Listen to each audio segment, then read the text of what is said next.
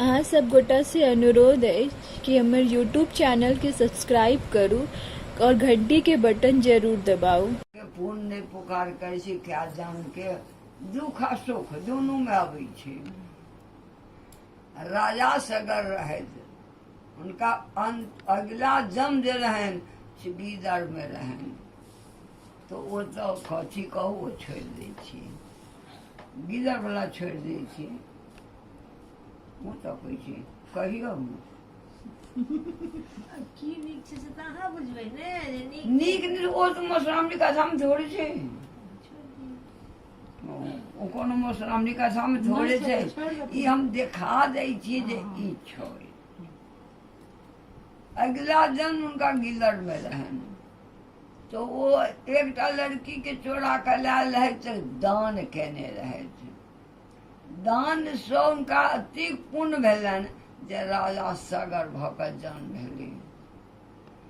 ई बात ओकरा याद रहे, एक लड़की के हम दान केलहुँ अगला जन्म तो हमरा गीदड़ के जोनि छूट क राजा के जोनि हमरा माने हमरा पदवी भेटल है।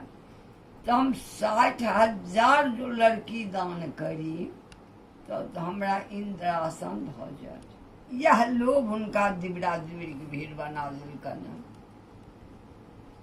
लोभ बड्ड खराब होइ छै।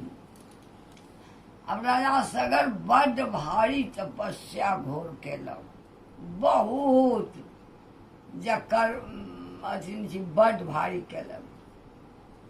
ब्रह्मा जी कहलखिन जे शंकर भगवान के जे देखू ई तपस्या अते घोर केने, एकरा वरदान जे देबै से केना कऽ दियौ। ई तऽ तेहन वरदान मांगै छै कठिन केना हेतै। कहलखिन शंकर भगवान चलू देखबै। सरस्वती के प्रार्थना कऽ देलखिन जे हे सरस्वती महारानी, राजा सगर जहन वरदान मांगा लगे तो ओकरा जी पर अहाँ बैस जाऊ,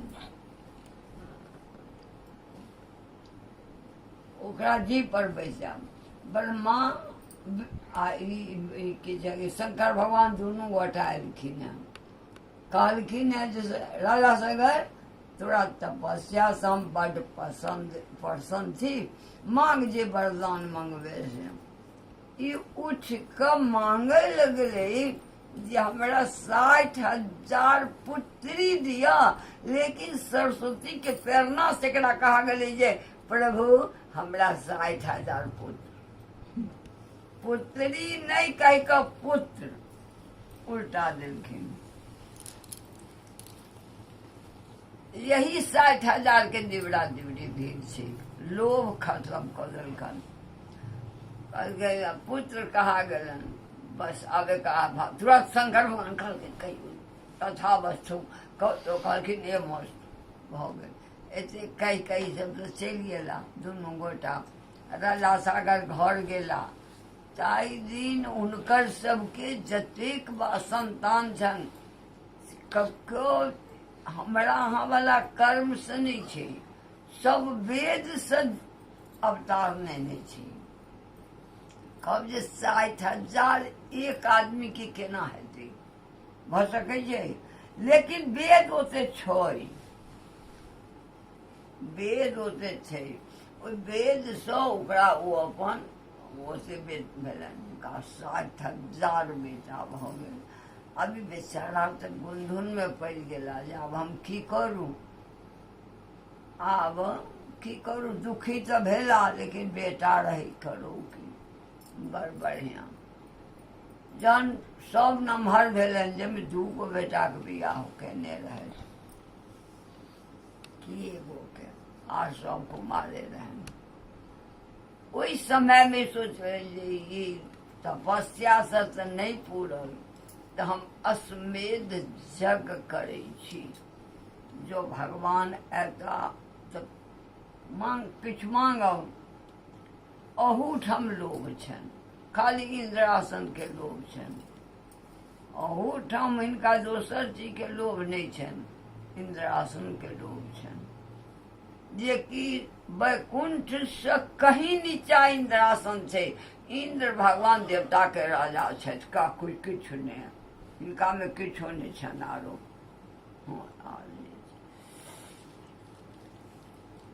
अभी फेर ई जग अश्वमेध जग ठानलनि, ओहिमे ई श्याम बरन घोड़ा के सब चीज कऽ कऽ आ घोड़ा के छोड़लखिन जे तिरपेच्छन करऽ के लेल।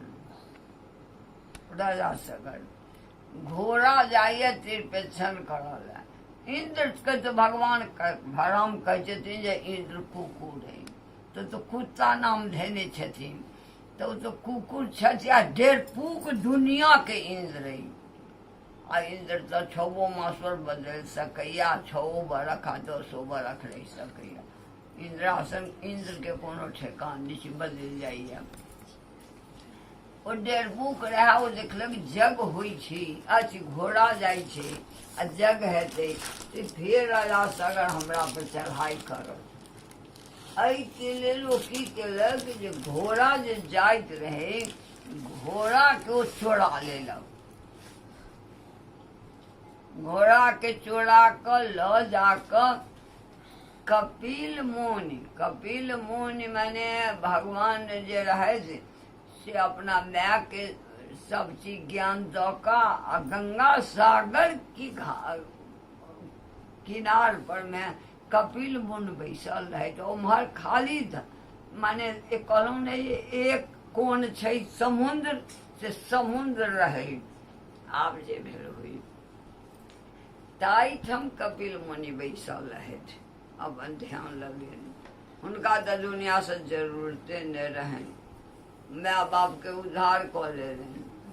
ओतऽ जाकऽ बैसल रहथि अपना ध्यान में। कपिल अवतार लऽ कऽ भगवान विष्णु भगवान ई देखलक जी कपिल भगवान बैसल छथिन, बिना डोरी, बिना पगहा, बिना रस्सा, किछु के नहीं, लेकिन ओहि पाछा में हुनका घोड़ा के बांधि देलखिन।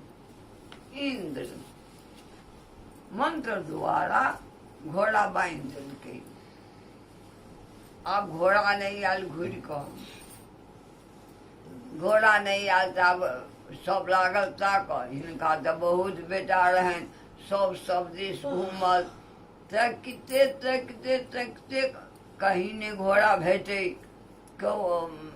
अथी रहनि तरहारा खनि कऽ पताल तक चलि गेल, केओ स्वर्ग तक जाए, सब तकैत रहे, लेकिन घोड़ा के पता नहीं लगे।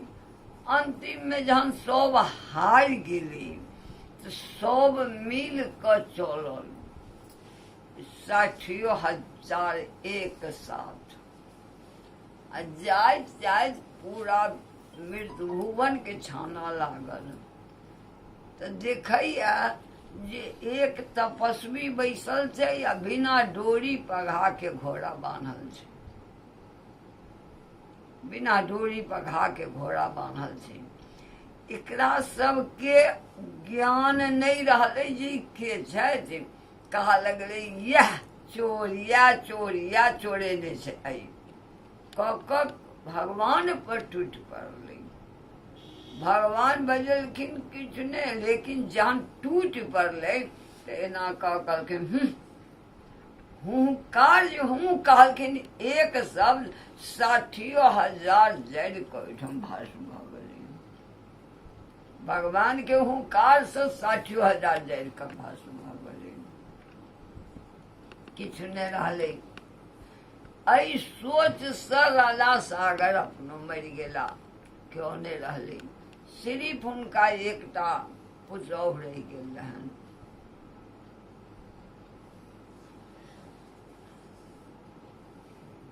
की नाम छै, दिल्ली के बेटा के छै, तकर बेटा भागीरथ हेतै। 13 साल के बेटा दिलीप के बेटा की नाम छै, ओकर घरवाली रहि गेल रहे। भगवान के संजोग रहे जो ओकरा वंश कहीं रह के रहे। वो 2 महीना 1 महीना के गर्भवती रहे।